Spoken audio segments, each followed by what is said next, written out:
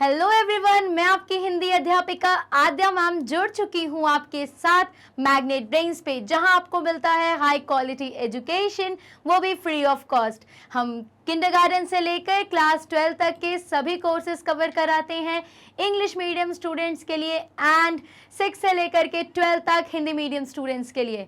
अगर आप CBSE board या फिर UP board, MP board, Rajasthan board, Delhi board and Bihar board में से किसी भी बोर्ड से हैं तो भाई परेशान होने की बिल्कुल ज़रूरत नहीं है। मैग्नेट ब्रेन्स आपका एक बहुत अच्छा पढ़ाई के मामले में सोल्यूशन बन सकता है।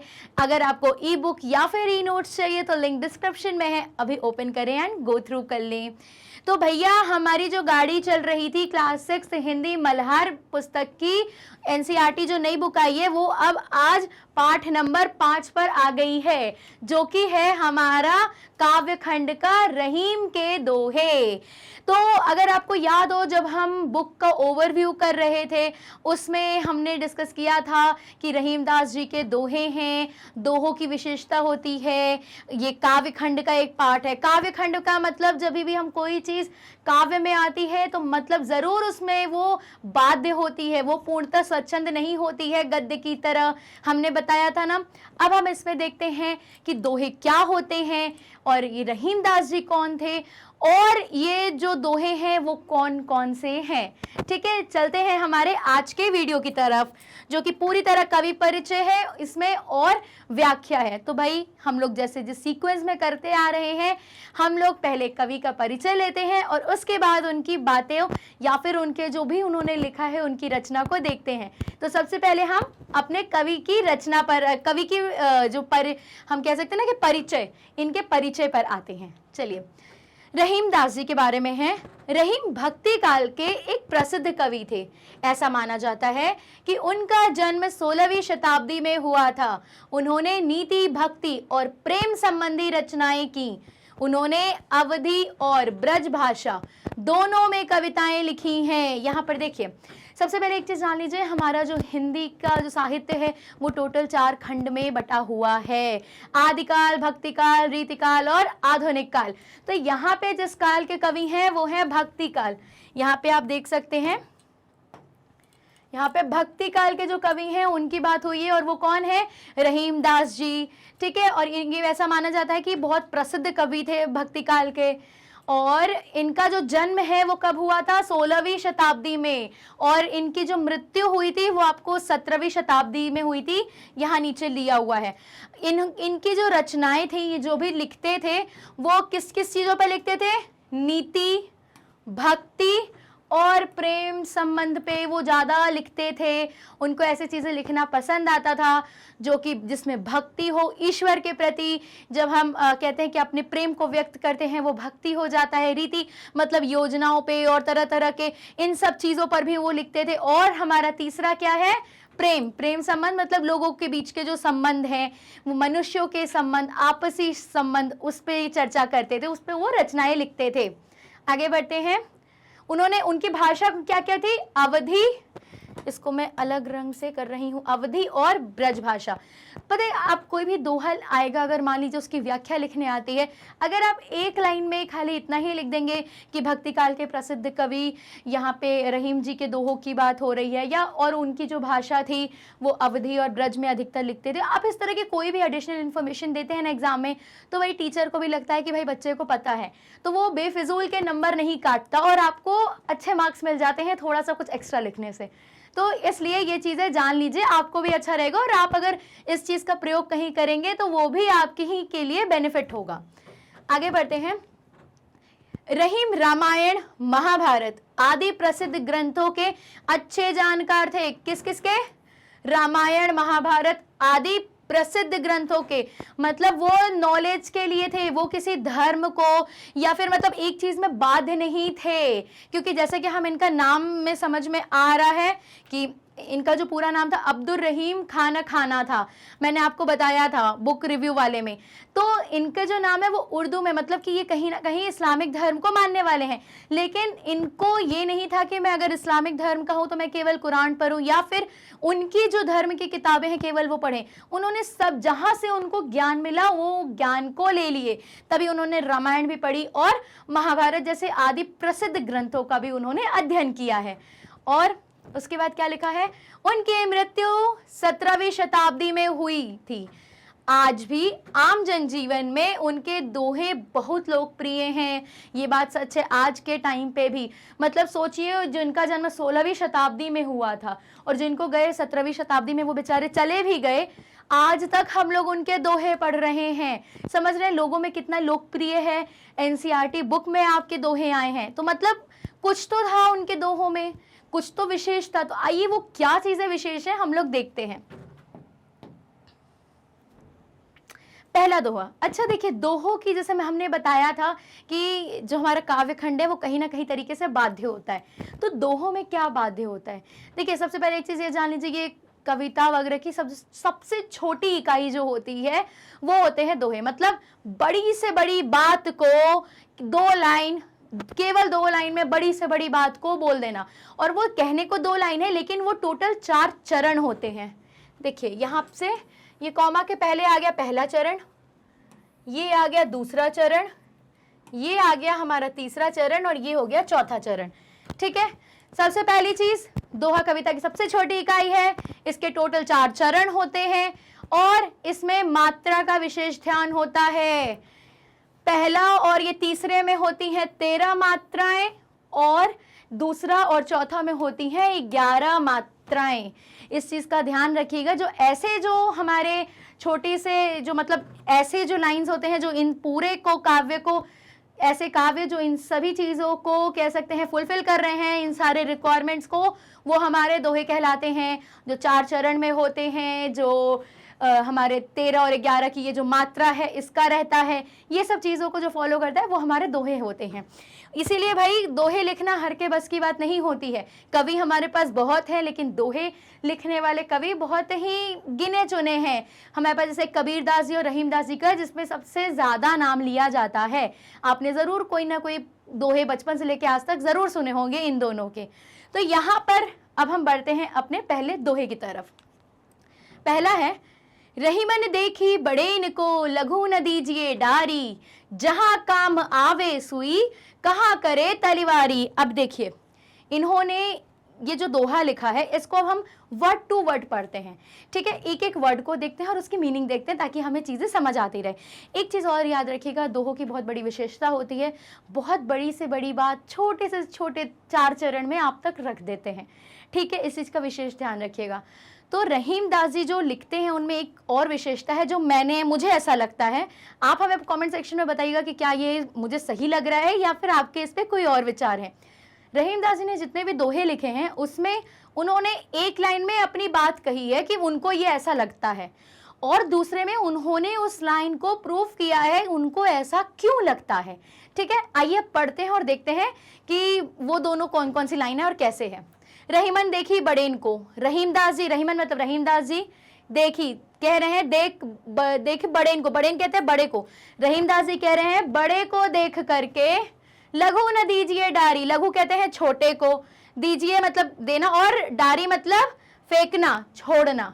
तो रहीमदास जी कह रहे हैं बड़े को देख करके छोटों को नहीं फेंकना चाहिए।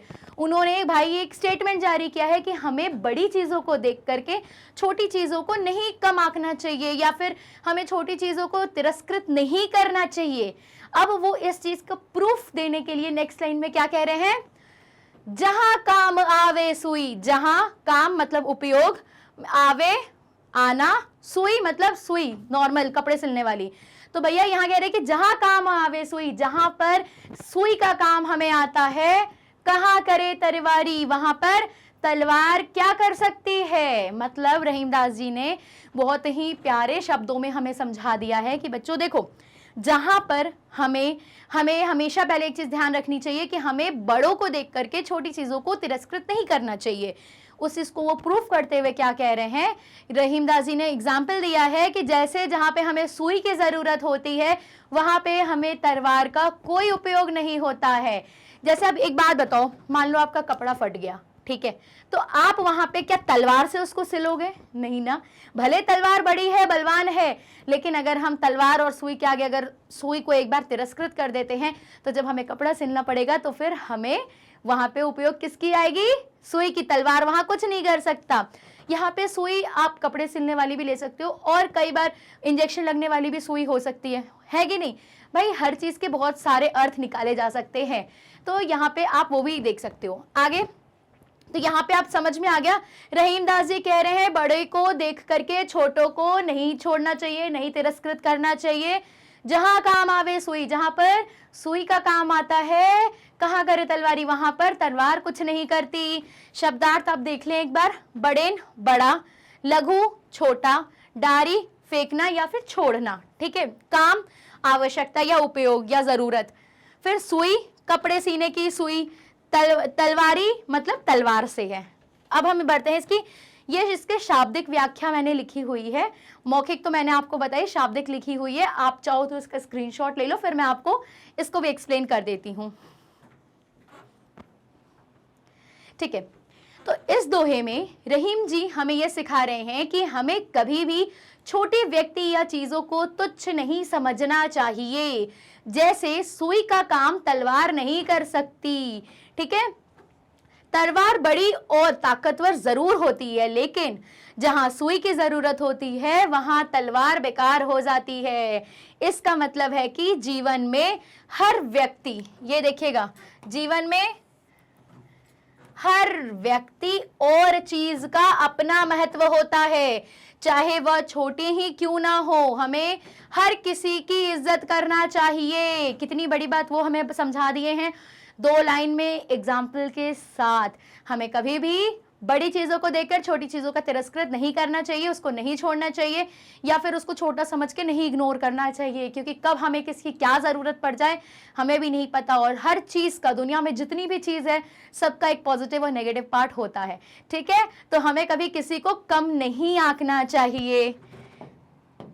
बताइएगा आपको ये दोहा कैसा लगा। अगर आपको समझ आया, अच्छा लगा तो वीडियो को लाइक करिएगा, और अगर डाउट हो तो कमेंट सेक्शन में आप हमसे अपना डाउट पूछ सकते हैं। दूसरा दोहा, तरुवर फल नहीं खात है, सरवर पियहि न पान, कही रहीम पर काज हित, संपत्ति सच ही सुजान।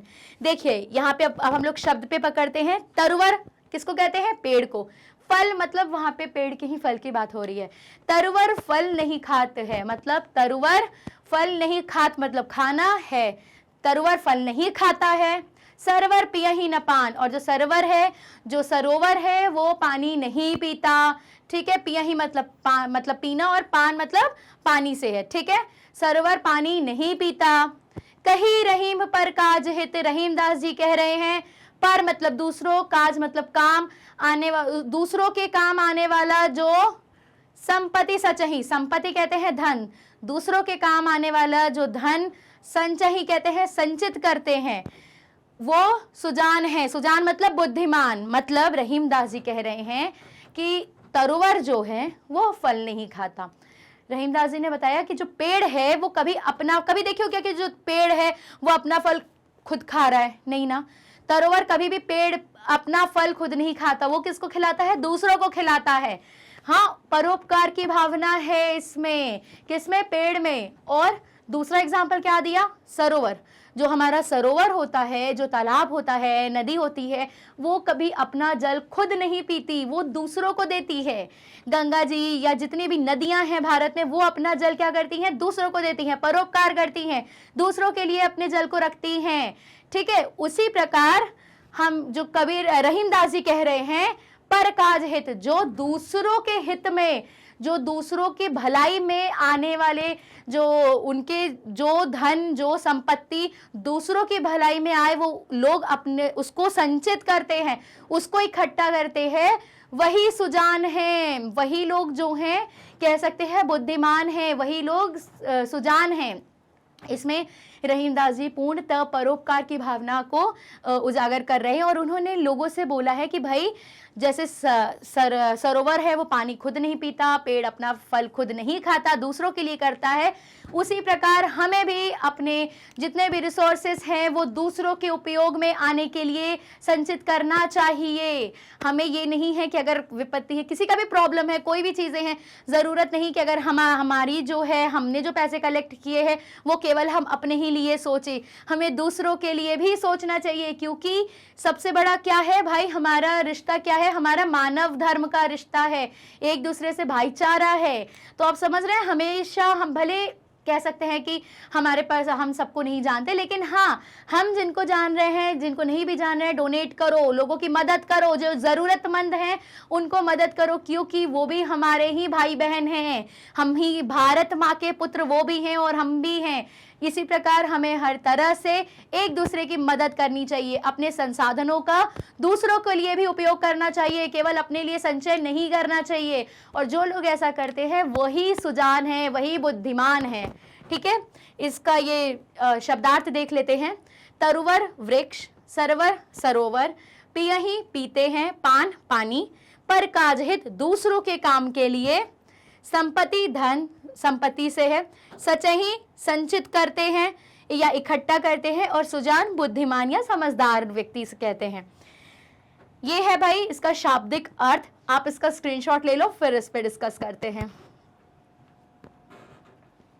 ठीक है, इस दोहे में कहा गया है कि जैसे पेड़ अपना फल खुद नहीं खाते और तालाब अपना पानी खुद नहीं पीता, उसी तरह एक समझदार व्यक्ति भी अपनी संपत्ति को दूसरों की मदद के लिए संचित करता है। इसका मतलब है कि हमें अपनी संपत्ति और संसाधनों का इस्तेमाल दूसरों की मदद करने के लिए भी करना चाहिए। यही सच्ची बुद्धिमानी है कि नहीं? हमें हमेशा दूसरों, प्रकृति से हमें सीखना चाहिए भाई, कि प्रकृति जो है हमें बहुत कुछ सिखाती है, और प्रकृति हमें यही सब, उनका सबसे बड़ा पार्ट यही है कि परोपकार करो, दूसरों के बारे में सोचो। तो भाई मानव धर्म है, उसको आगे बढ़ाने के लिए हमें बहुत ज़रूरी है कि हम दूसरों के बारे में सोचें।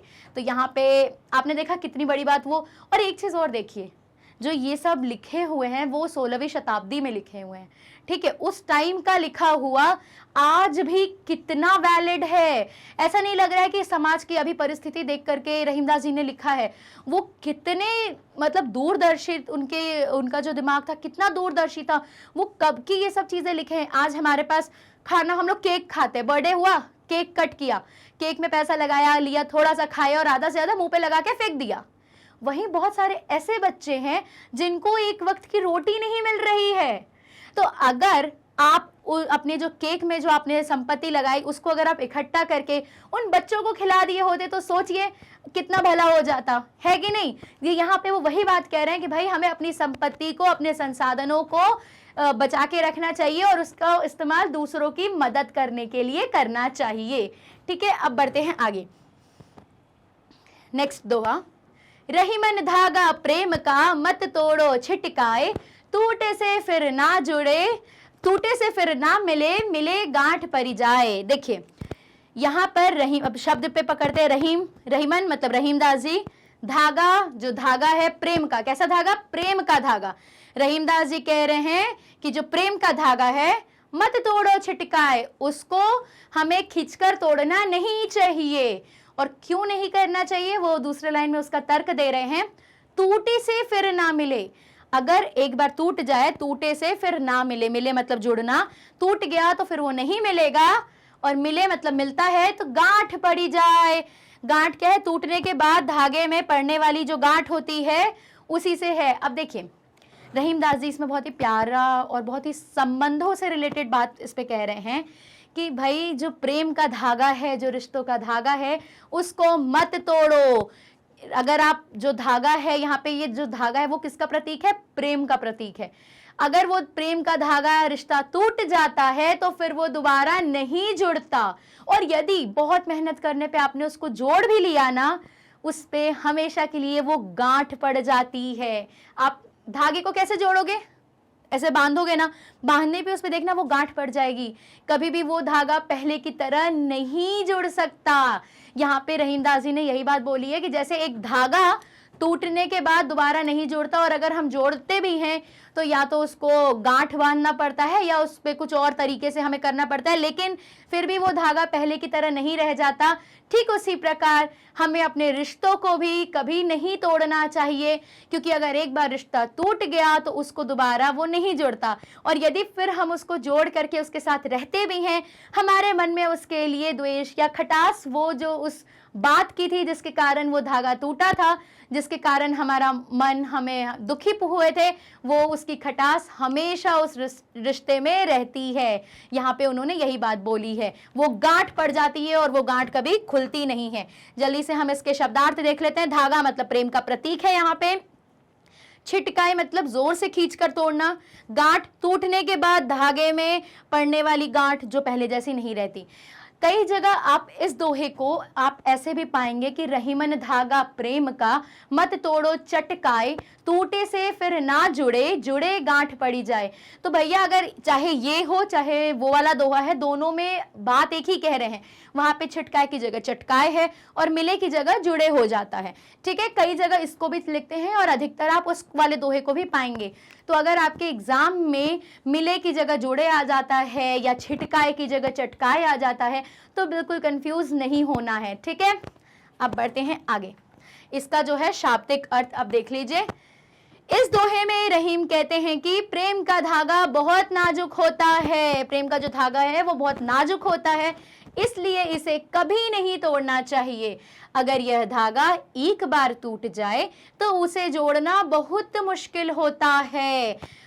जोड़ने पर भी उसमें गांठ पड़ जाती है, जिससे वह पहले जैसा नहीं रहता, जिससे वो पहले की तरह क्या होता है, वो धागा नहीं रहता। इसीलिए भैया धागे को कभी भी मत तोड़ो, अर्थात रिश्तों को मत तोड़ो। आप चाहो तो इसका स्क्रीनशॉट ले लो। ठीक है, अब बढ़ते हैं हमारे नेक्स्ट दोहे की तरफ। रहीमन पानी राखिए, बिनु पानी सब सून, पानी गए ना उबरे, मोती मानस चून। देखिए यहाँ पे अब शब्द देख लेते हैं। रहीमन, रहीमदास जी। पानी मतलब जल, राखिए रखिए। रहीमदास जी कह रहे हैं जल को रखिए। बिनु पानी सब सून, बिनु मतलब बिना, पानी सब सून, बिना पानी के सब कुछ व्यर्थ है, सब कुछ सूना है, अधूरा है। ठीक है, पानी गए ना उबरे, पानी गए ना उबरे मतलब पानी के पानी गए, पानी अगर चला गया तो ना उबरे मतलब पानी के जाने के बाद उबरता नहीं है। क्या नहीं उबरता है? मोती मानस और चून, मतलब पानी के बिना ये चीजें अधूरी हैं। क्या क्या अधूरी हैं? मोती मानस और चून। यहाँ मोती मतलब मोती, मानुष कहते हैं मनुष्य को, और चून यहाँ पे आटा से प्रयोग किया गया है।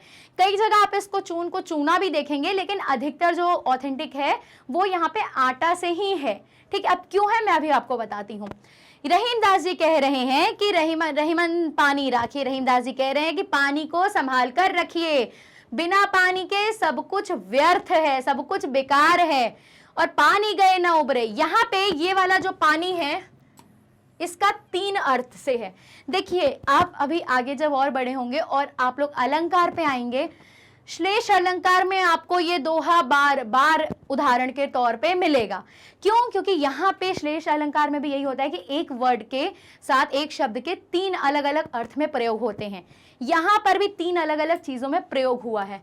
ये पानी यहाँ मोती से, ये जब पानी यहाँ मोती से है तो ये मोती से इसका अर्थ यहाँ पे उसकी चमक से है। मोती का सबसे बड़ी उसकी इंपॉर्टेंस क्या है? उसकी चमक, उसकी जो रोशनी है, उसकी जो चमक है उसको।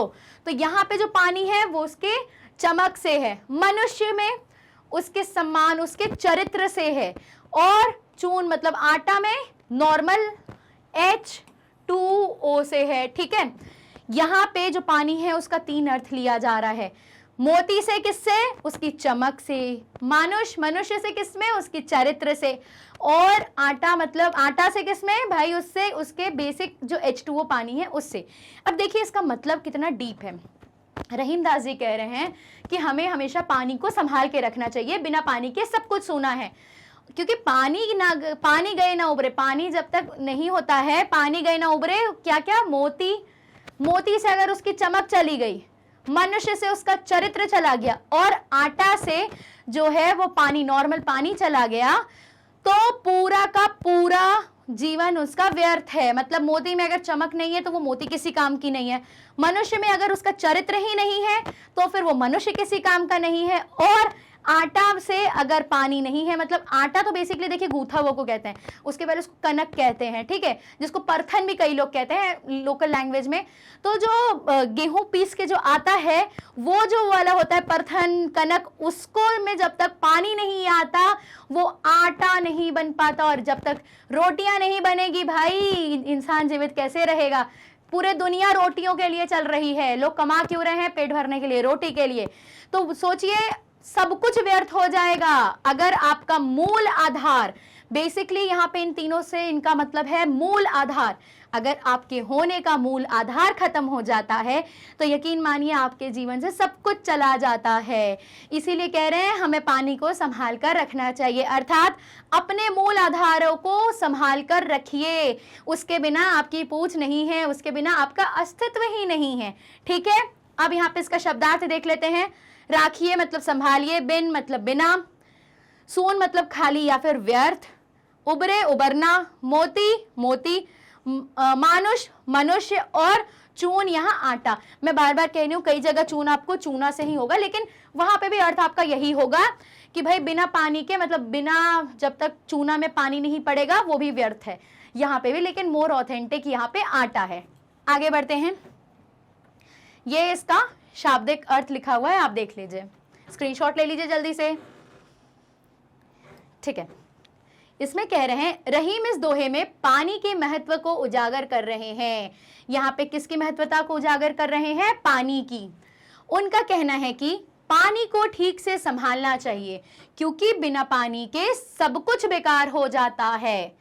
ये वे उदाहरण के रूप में मोती, मनुष्य और चूना का उपयोग करते हैं। जब पानी नहीं होता तो सब कुछ बर्बाद हो जाता है। ये चून यहाँ पे है, ये चूना लिखा गया है, चून है यहाँ पे, ठीक है।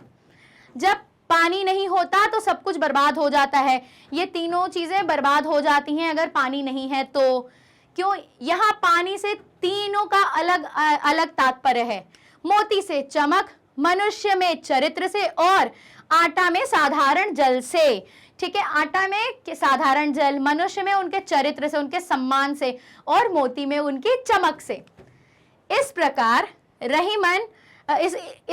रहीम हमें यह सिखाते हैं कि जीवन में सबसे अधिक आवश्यकता है कि अपने मूल आधार को हमेशा संभाल कर रखना चाहिए, नहीं तो उसकी कमी से सब कुछ व्यर्थ हो जाता है। ठीक है, अपने मूल आधार को हमेशा बचा कर रखिए, वरना आपका जीवन बेकार हो जाता है, कोई उसका उपयोग नहीं रहता।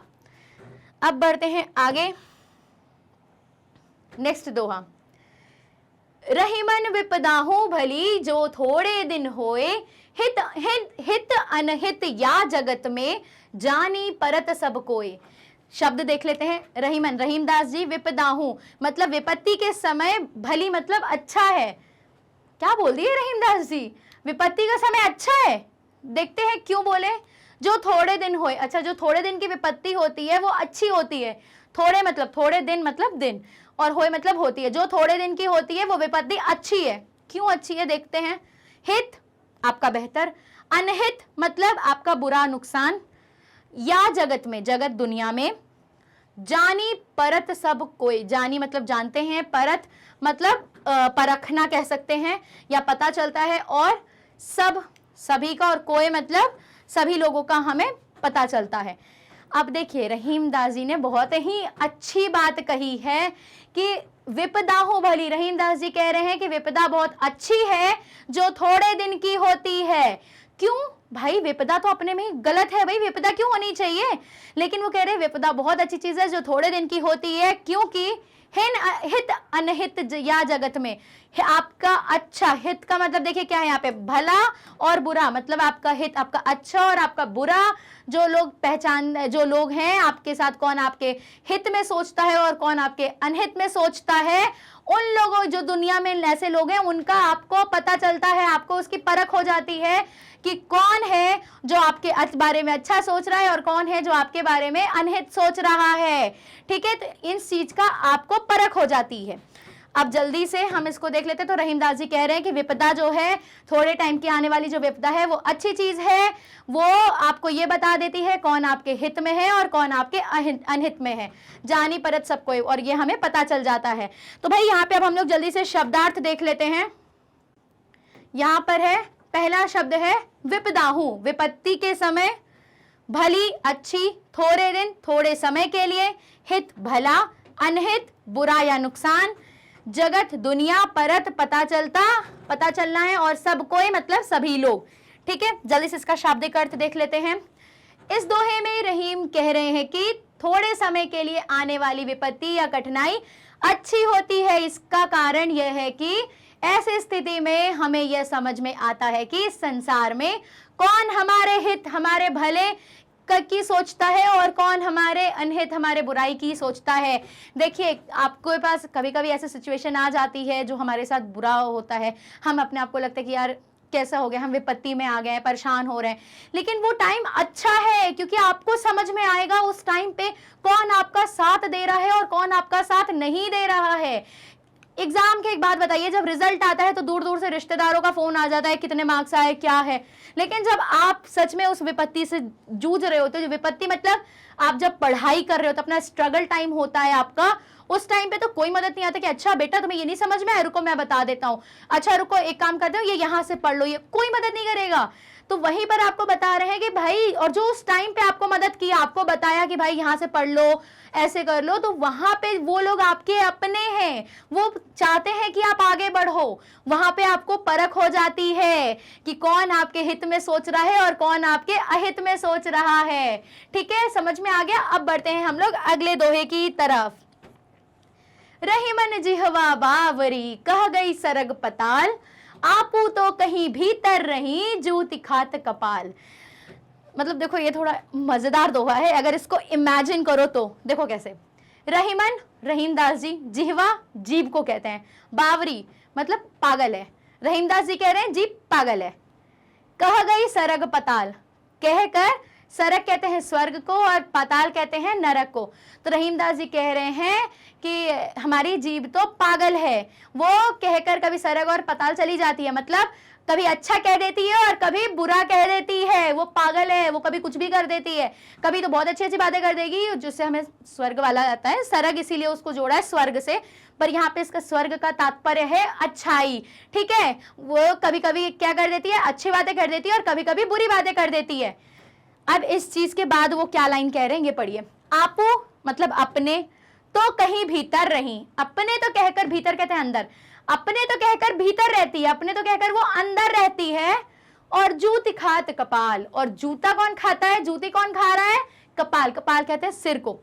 भैया यहाँ पे रहीमदास जी ने बहुत ही प्यारे तरीके से ऐसा वर्णन किया है कि जो हमारी जीभ है वो पूरी तरह पागल है, बावरी है, बेवकूफ है, वो तो कुछ भी कह के सरग और पाताल की तरह मतलब अच्छा और बुरा बोल देती है, लेकिन और बोलने के बाद क्या होता है, अपना तो जीभ के अंदर रहती है, अपना तो जीभ किसके, मुंह के अंदर रहती है, और जूती किसको पड़ती है, कपाल को, सिर को मार खाना पड़ता है। मतलब हम जो भी बोले उसको बहुत सोच समझ के बोलिए, वरना आपके जो बोलना है, आपका जो एक्शन है वो क्या करते हैं, वो बहुत सारे तरीके से आपको कष्ट पहुंचा सकती है, आपकी बॉडी मार खा सकती है। जीभ को कोई नहीं मारने आता है। ठीक है, इसके यहाँ पे सिंपल सा यही मतलब है, और इसके हालांकि आप निकाल सकते हो एक दो मतलब और, लेकिन यहाँ पे सबसे अच्छा यही है इसका। सरग मतलब आपकी अच्छाइयाँ और पताल मतलब इसकी बुराइयों से। ठीक है, मतलब रहीमदास जी कह रहे हैं कि जो हमारी जीभ है वो पूरी तरह बावरी है, वो कभी अच्छा बोल देती है, कभी बुरा बोल देती है, और खुद तो बोल करके जीभ मुंह के अंदर बैठ जाती है। और मार कौन खाता है, जूती खाता है हमारा कपाल, हमारे सर को मार खाना पड़ता है। ठीक है, यहाँ पे इसका मतलब ये था। जल्दी से इसका शब्दार्थ पढ़ लेते हैं। जिह्वा जीभ, बावरी पागल या निराधार, सरग मतलब स्वर्ग, पाताल मतलब नर्क, यहाँ पे आप अच्छाई और बुराई भी लिख सकते हैं, भीतर अंदर, और जूती मतलब चप्पल या जूता। ठीक है, जल्दी से इसका शाब्दिक लिखा हुआ है अर्थ, आप इसको लिख लें, स्क्रीनशॉट ले लें। ठीक है, रहीम कहते हैं कि हमारी जीभ बहुत चालाक है, इसकी बातों से हम कभी स्वर्ग तो कभी पाताल में जाते हैं। मतलब अर्थात जीभ कभी अच्छा बोलती है तो कभी बुरा। रहीम इसी को स्पष्ट करते हुए कहते हैं कि जिह्वा जो जीभ है वो पगली है, उल्टा सीधा कहकर आराम से अंदर पहुंच जाती है, लेकिन उसका परिणाम सिर को भुगतना पड़ता है, जूतों की मार सहनी पड़ती है। हमारी जीभ के बोल हमें खुद को नुकसान पहुंचा सकते हैं, इसलिए हमें सोच समझकर बोलना चाहिए, वरना हमें परेशानी उठानी पड़ सकती है। देखिए, मान लीजिए आपने कभी किसी को अपशब्द बोल दिया, ठीक है। अब जिसको आपने अपशब्द बोला, या चलिए मान लीजिए ऐसी सिचुएशन है, आप मोबाइल देख रही हैं, आप लोग मोबाइल देख रहे हैं, बच्चे, मम्मी आई, मम्मी ने कहा मोबाइल दो, जब देखो तब मोबाइल देखते रहते हो। तब अब आपने मम्मी को कुछ बोल दिया, क्या मम्मा कुछ भी, आपने उनको ऐसा अपशब्द बोल दिया। अब बोला किसने, बोलने का काम किसने किया? आपकी जीभ ने। आपकी जीभ ने अच्छा और बुरा बोला और बोल करके अंदर बैठ गई। मम्मी क्या करेंगी? आपका जो स्वागत है, आपको जो प्रसाद देंगी, वो किससे देंगी? वो जूती उठा के जीभ को थोड़ी मारेंगी, वो मारेंगी आपके कपाल को, आपको सर को, आपके शरीर को उसका नुकसान भुगतना पड़ेगा। वो पागल है, वो बोल के अंदर घुस जाती है, वो बहुत चालाक है जीभ आपकी। तो भैया कुछ भी बोलने के पहले 100 बार सोचो, बहुत सोच समझ कर बोला करो, ताकि आपको और आपके शरीर को किसी प्रकार के कष्ट की अनुभूति ना हो, ठीक है। अब बढ़ते हैं आगे, नेक्स्ट दोहा, और ये हमारा आखिरी दोहा है। कही रहीम संपत्ति सगे, बनत बहुत बहुरीत, विपत्ति कसौटी जे कसे, ते ही साचे मीत। यहां पर देखिए, कही रहीम, रहीमदास जी कह रहे हैं संपत्ति सगे, संपत्ति कहते हैं धन को, और सगे मतलब कहते हैं सच्चे, ठीक है। बनत बहुत बहुरीत, बनत मतलब बनते हैं, बहुत मतलब बहुत, बहुत रीत मतलब होता है, रीत का मतलब है कई कई तरीके से, ठीक है।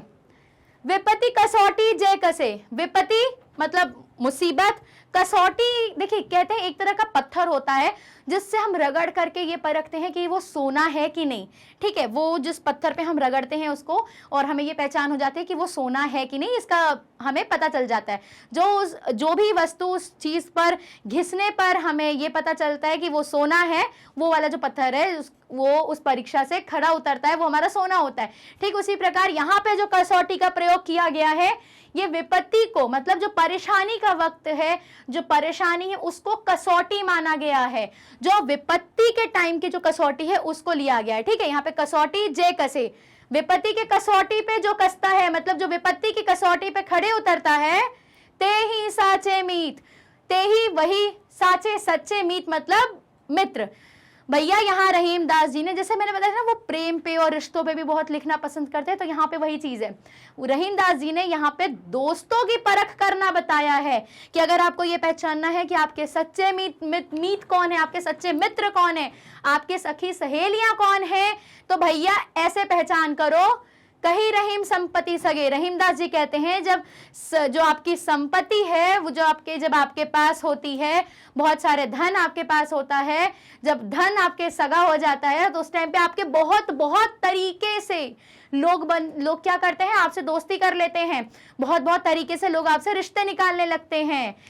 लेकिन विपत्ति कसौटी जय कसे, लेकिन जो विपत्ति के समय, जो मुश्किलों के समय, मुश्किलों की कसौटी पर जो खड़ा उतरता है, वो ही ते ही साचे मीत, मतलब जब आपके पास कुछ भी नहीं होता, आप परेशानी में घिरे हुए हो, विपत्ति में हो, लेकिन तब भी वो आपसे मित्रता कर रखा हुआ है, आपकी सहायता कर रहा है, वही कौन है? वही एक सच्चा मित्र है। तो भैया रहीमदास जी ने बहुत ही अच्छे तरीके से आपको मित्र की परिभाषा बता दी कि मित्र कौन है, ठीक है।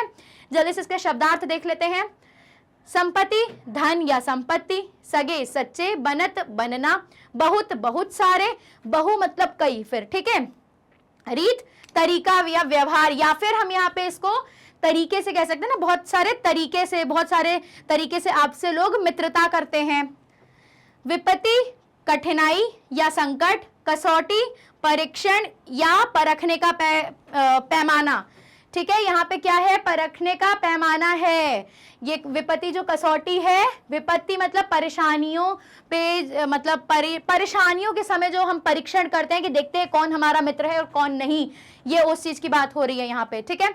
कसौटी कसे मतलब परखता है, मतलब परखने से है, ठीक है, या कहते हैं ना कि खरे उतरना, उस पे। साचे, सच्चा, मीत मतलब मित्र, ठीक है। अब हम बढ़ते हैं आगे, इसका जल्दी से हम पढ़ लेते हैं, इसका जो अर्थ है वो लिखित तौर पे। इस दोहे में रहीम जी कह रहे हैं कि जब किसी के पास बहुत सारी संपत्ति होती है तो बहुत से लोग उसके मित्र बन जाते हैं, बहुत बहुत तरीके से लोग उससे रिश्ते जोड़ने लगते हैं, मित्रता निभाते हैं कि भाई वो तो मेरा दोस्त है। मतलब मान लीजिए आपके स्कूल का कोई हेड बॉय बन गया, ठीक है, वैसे डल रहता था और लास्ट मतलब 11th-12th में उसने बहुत मेहनत की और वो हेड बॉय बन गया, तो जो उसके भले उससे दुश्मन ही थे पर उसको कहते थे अरे वो जो हेड बॉय है ना वो मेरा फ्रेंड है, उसके वो रिश्ते निकालने लगते हैं। समझ रहे हो? तो यहाँ पे उसी चीज की बात हुई है कि जब आप कुछ बहुत अच्छा बन जाते हो, बहुत आगे बढ़ जाते हो, आपके पास बहुत सारे धन आ जाते हैं, तो लोग तरह तरह से आपसे मित्रता बनाने लगते हैं, रिश्ते बनाने लगते हैं, ठीक है। बहुत बहुत संपत्ति होती है तो बहुत से लोग उसके मित्र बन जाते हैं, लेकिन सच्चा मित्र वही होता है जो कठिनाइयों और समस्याओं के समय में उनके काम आता है और उसका साथ देता है। तो भैया समझ में आ गया सच्चा मित्र कौन है? आज ही पहचानिए आपका सच्चा मित्र कौन है। कौन है जो आपके साथ परेशानियों में खड़ा उतरता है, हमेशा रहता है किसी प्रकार का, मतलब आपसे वो ऐसा नहीं है कि आप उसको दो तभी वो आपके साथ रहे, ठीक है। इस चीज का विशेष ध्यान दीजिएगा। जैसे मैग्नेट ब्रेन्स है ना, आपके कह सकते हैं एक सच्चा मित्र है। क्यों? क्योंकि आपके जो भाई क्लास 6 के स्टूडेंट्स की सबसे बड़ी विपत्ति क्या हो सकती है? पढ़ाई, ठीक है, एग्जाम्स। तो भैया आपके एग्जाम से बचने का जो फियर है उसको हटाने के लिए मैग्नेट ब्रेन्स की पूरी टीम बहुत मेहनत कर रही है और आपके लिए पूरे सिलेबस किंडरगार्टन से लेके क्लास 12 तक के पूरे सिलेबस को कवर कराते हुए इंग्लिश मीडियम स्टूडेंट्स के लिए यूट्यूब पे वीडियो अवेलेबल कराई हुई है एंड हिंदी मीडियम स्टूडेंट्स के लिए भी 6 से लेकर के 12 तक के वीडियोस हाई क्वालिटी कंटेंट के साथ हैं। फिर आप चाहे सीबीएसई बोर्ड से हो या फिर UP board, MP board, Rajasthan board या फिर बिहार बोर्ड से हो, भैया पूरा का पूरा कोर्स हमारे पास आपके लिए है, अवेलेबल है। आप हमारी वेबसाइट भी देख सकते हैं और या तो भाई मोबाइल में अपना एप्लीकेशन हमारा डाउनलोड कर लो, आपको आसानी होगी। ई बुक या फिर ई नोट्स चाहिए तो वह लिंक डिस्क्रिप्शन में है, ओपन करके जल्दी से गो थ्रू कर लो, या फिर आप चाहो तो हमारे साथ सोशल मीडिया प्लेटफॉर्म पे भी आप हमसे जुड़ सकते हो। अगर आपको हिंदी की सारी चीजें समझ में आ रही है तो कमेंट में मुझे बताइए, या फिर कोई डाउट हो तो बताइए। चैनल को सब्सक्राइब करिए और वीडियो को लाइक करिए। अगले वीडियो में मैं मिलती हूँ आपसे इसी रहीम के दोहे के प्रश्न उत्तर के साथ, एनसीईआरटी सॉल्यूशन करते हैं। तब तक के लिए आद्या मैम की तरफ से जय हिंद और जय हिंद की हिंदी।